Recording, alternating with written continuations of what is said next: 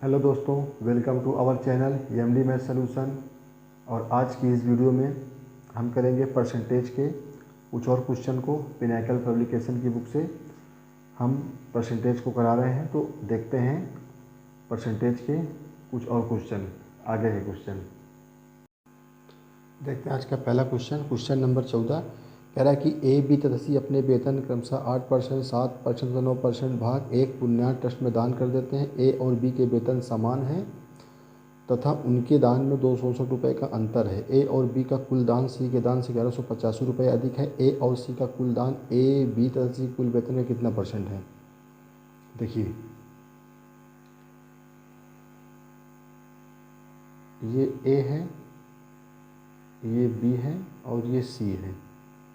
हम मान लेते हैं कि इनका वेतन जो है 100% है, ये भी 100% है और ये भी 100% है। ये इनके क्या हैं? ये इनके वेतन हैं।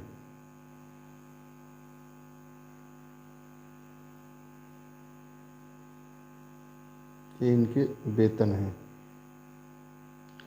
अब क्या कह रहा है कि ए बी तथा सी अपने वेतन क्रमशः 8%, 7% और परसेंट भाग एक ट्रस्ट में दान कर देते हैं। मतलब ये 8% दान कर रहा है और ये 7% दान कर रहा है और ये 9% दान कर रहा है। ठीक है।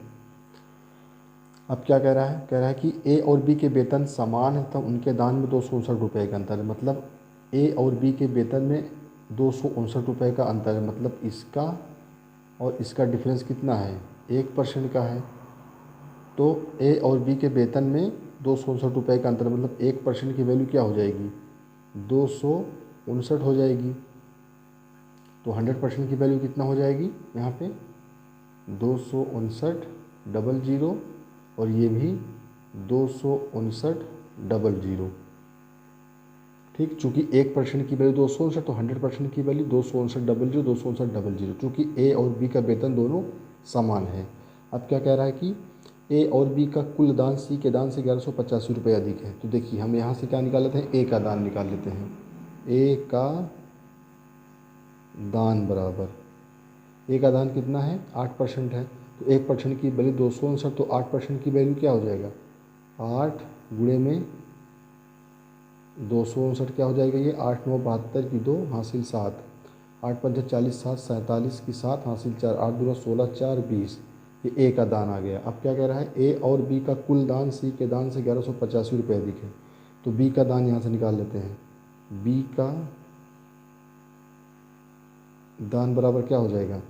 7 गुणे 259, क्योंकि बी जो है 7% दान करता है। तो क्या हो जाएगा? ये 9 7 63 कैरी 6, 7 5 35, 6 41 के 1 हासिल 4, 7 2 14 4 18।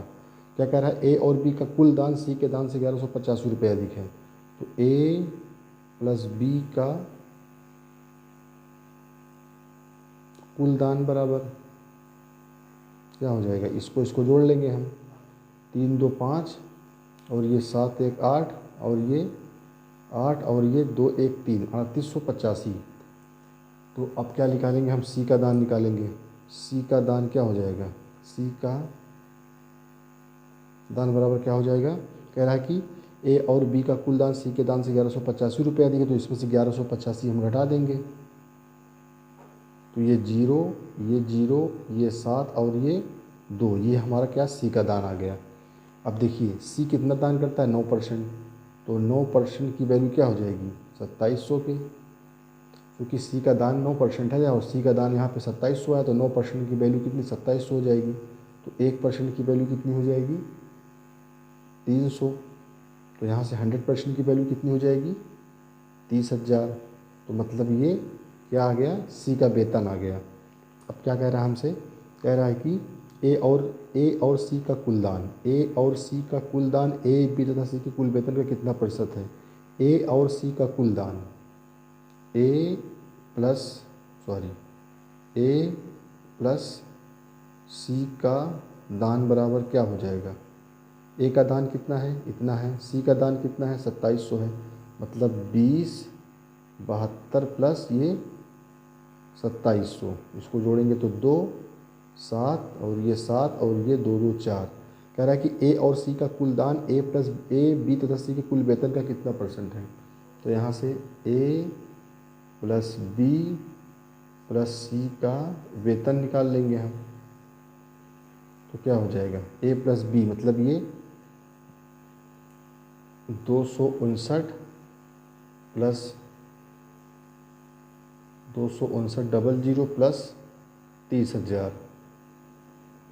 तो ये क्या हो जाएगा, 259 को 2 बार जोड़ेंगे तो क्या हो जाएगा, 9 9 18 की 8 हासिल 1, 5 5 10 11 की 1 हासिल 2 2 4 1 5, 518 प्लस ये 30,000।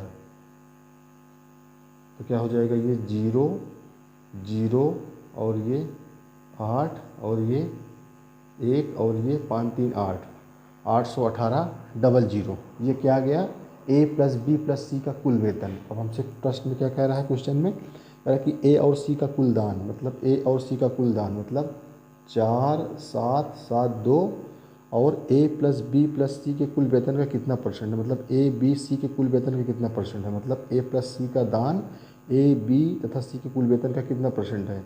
ए प्लस बी प्लस सी का वेतन कितना है, इतना आया है। तो 818 और ये गुणा में इसी का परसेंट निकाल देंगे, ये इससे कट जाएगा। तो कितना बचेगा हमारे पास, 4 7 7 2 बटा में क्या 818। अब इसी को हम काट देते हैं तो ये 409 हो जाएगा और ये कितना हो जाएगा, 2 दूना 4 2 3 6 2 8 16 2 6 12, मतलब ये कितना आया 2386 बटा में 409। अब इसी को हम भाग दे देते हैं, तो हम डायरेक्ट भाग दे के देख लेते हैं। 2 3 8 6 भागे में कितना 409, तो कितना है, कितनी बार जाएगा, 5 बार में जाएगा। 5 बार में जाएगा तो क्या हो जाएगा, 9 5 45 की 5 हासिल 4 और 5 चौक 20, ये 6, ये 8 में से 4 गया तो 4, ये 3 दशमलव लगाया 0 बढ़ाया, 8 बार ले जाते हैं तो 8 9 72 की 2 हासिल 7 8 चौक 32, तो 2 और ये 4 और ये 1, तो कितना आया 5.8 बराबर 5.8%। ऑप्शन में ऑप्शन नंबर बी 5.8%। तो ए और सी का दान ए प्लस बी प्लस सी के वेतन का 5.8% हो जाएगा, यही हमारा आंसर हो जाएगा। ये एक कैलकुलेटिव सवाल था, इसमें थोड़ा टाइम ज़्यादा लगा। देखते हैं अगला क्वेश्चन, क्वेश्चन नंबर 15।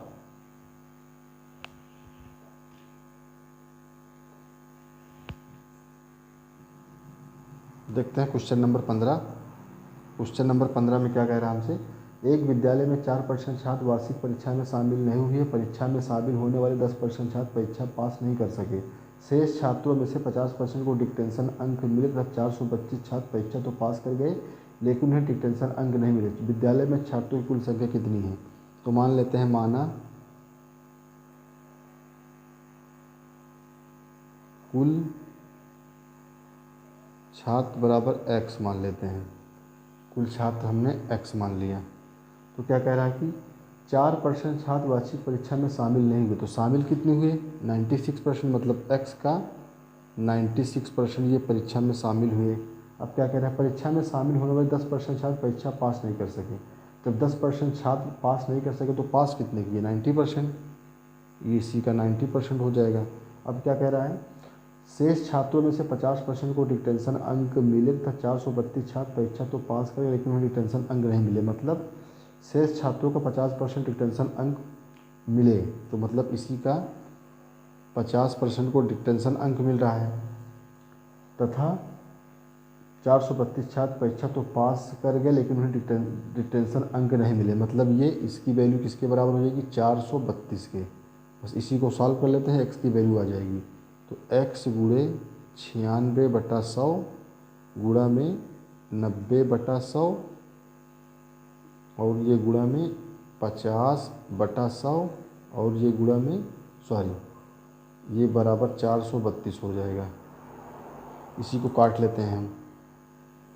ये 50 दूना 100 दो बार में कट गया, और ये 0 से 0 कट जाएगा, और ये इसको 9 से काट दे, इधर काटते हैं। 9 9 चौक 36, यहाँ 7 बचा तो 9 अट्ठे 72, ये 48, ये दूना 96, और ये 2 से 2 भी कट गया तो क्या बचा, x बटा ये 100 और ये 10, 1000 बराबर किसके हो जाएगा, 1 के। इधर तो 1 बचा, तो यहाँ से x बराबर क्या हो जाएगा, 1000।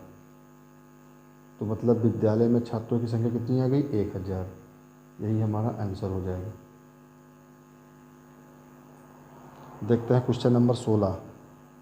क्वेश्चन नंबर 16 कह रहा है कि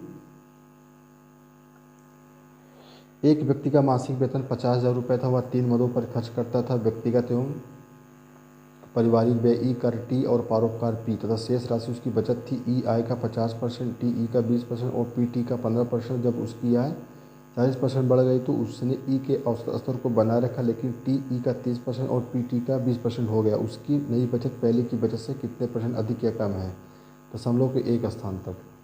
देखिए, इसमें जो हमको आय दे रहा है, मासिक वेतन कितना दे रहा है, 50,000। इसमें जो आय दिया है, मासिक वेतन कितना दिया है, 50,000 दिया है। 50,000 दिया। इसमें जो है हमको इस पे काम नहीं करना है। 50,000 को हमको इसमें लेना ही नहीं है। हम इसका मासिक वेतन 100 यूनिट मान के करेंगे। अगर हम 50,000 लेंगे तो इसमें इसकी वैल्यू ज़्यादा आएगी, मतलब कैलकुलेशन बहुत ज़्यादा करना पड़ेगा। तो हम इसका वेतन हम 100 यूनिट मान के चलते हैं। तो मान लेते हैं कि माना मासिक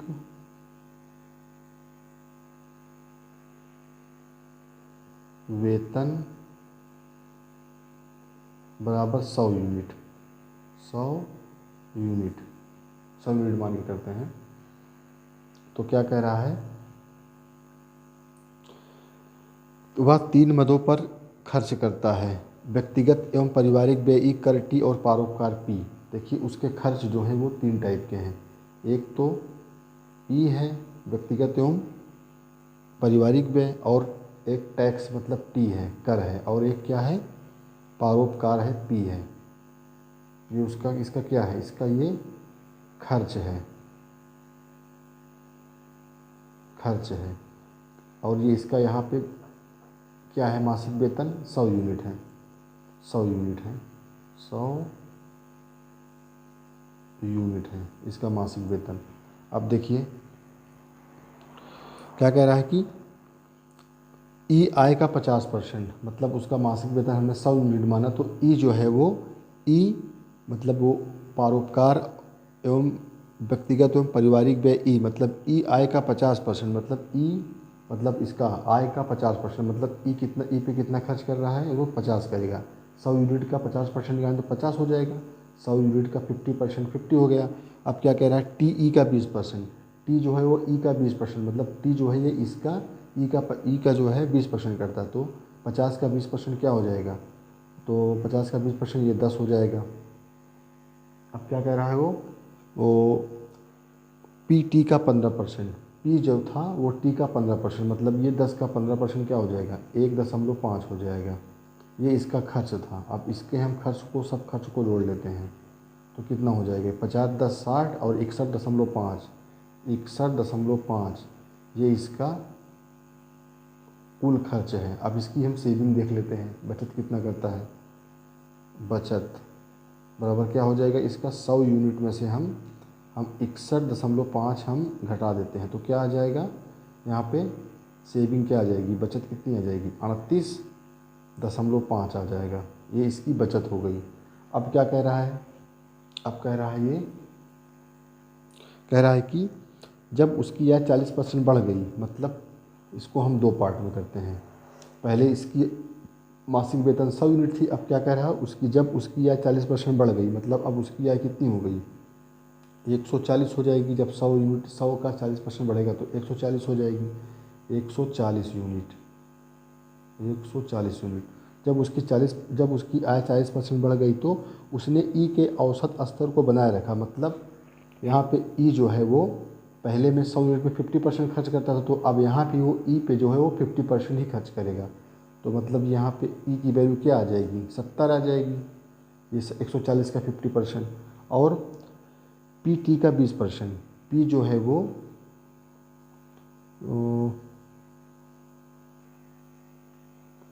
लेकिन टी ई का 30%, टी ई का 30% मतलब कितना हो जाएगा, टी ई का 30% कितना हो जाएगा, 21 हो जाएगा।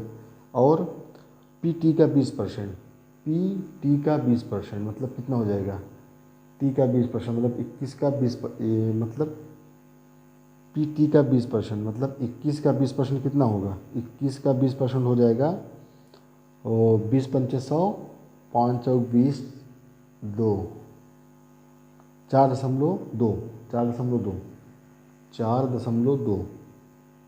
ठीक, अब हम इसको जोड़ लेते हैं इन सभी को, तो कितना आता है इस पे खर्च, खर्च कितना आएगा, 70, 20, 91, 4, 95, 95.2, 95.2। अब यहाँ से क्या करते हैं हम, इसकी सेविंग निकाल लेते हैं, बचत, बचत क्या हो जाएगी, यही 140 यूनिट से हम कितना घटा देंगे, 95.2 यूनिट। तो कितना आ जाएगा इसका, इस बार ये 0.8 और ये 9 से 5 4 और ये 13 9 44.8, इसकी बचत आ गई, मतलब नई बचत आ गई, नई बचत हो गई है। ये पहले की बचत, अब ये नई बचत। अब हमसे क्वेश्चन में क्या कह रहा है, क्वेश्चन में कह रहा है कि उसकी नई बचत पहले की बचत से कितने % अधिक या कम है, उसकी नई बचत पहले की बचत से कितने % अधिक या कम है। देखिए इसकी पहले की बचत 38.5 थी, नई बचत 44.8 है, जो कि इससे ज़्यादा है। तो कितना ज़्यादा है ये निकाल लेते हैं, 44.8 से हम 38.5 को घटा देते हैं, तो क्या हो जाएगा, ये 3 आ जाएगा, एक दशमलव हो जाएगा और ये 6 हो जाएगा। तो कितना आया, 6.3। तो कितना % अधिक है पहले की बचत से, मतलब 38.5, इसी का हम जब % निकालेंगे तो ये 100 हो जाएगा। तो अब देखिए क्या हो जाएगा, दशमलव से दशमलव ये कट जाएगा, तो क्या होगा 63/385 और ये गुणा में 100, इसको हम 7 से काट देते हैं, 7 पचे 35, 7 पचे 35, यहाँ पे 3 बचा, 7 पचे 35 और ये 7 9 63, सॉरी ये 5 एकम 5 और ये 5 दूना 10, ये क्या हो जाएगा 20 9 180 बटा में 11, इसको काटेंगे तो 11 एकम 11, यहाँ पे कितना बचेगा 7 बचेगा, तो 11 छक्का 66, छक्का 66, तो 4 बचेगा, दशमलव लगाएंगे, 0 बढ़ाएंगे, 11 3 35, 33, 11 3 35, अब वो 7 बचा 0, 11 छक्का 66, तो लगभग कितना आ जाएगा, अप्रोक्स में 16.4%। इसको 16.36 को लगभग में लिखेंगे 16.4%। तो क्या आया हमारा, क्या क्या कह रहा है, कह रहा है कि उसकी नई बचत पहले की बचत से कितना % अधिक या कम है। देखिए पहले की बचत 38.5 थी, नई बचत कितनी आई 44.5, तो कितना अधिक था 6.3, तो कितना % अधिक है 16.4%। यही हमारा आंसर हो जाएगा।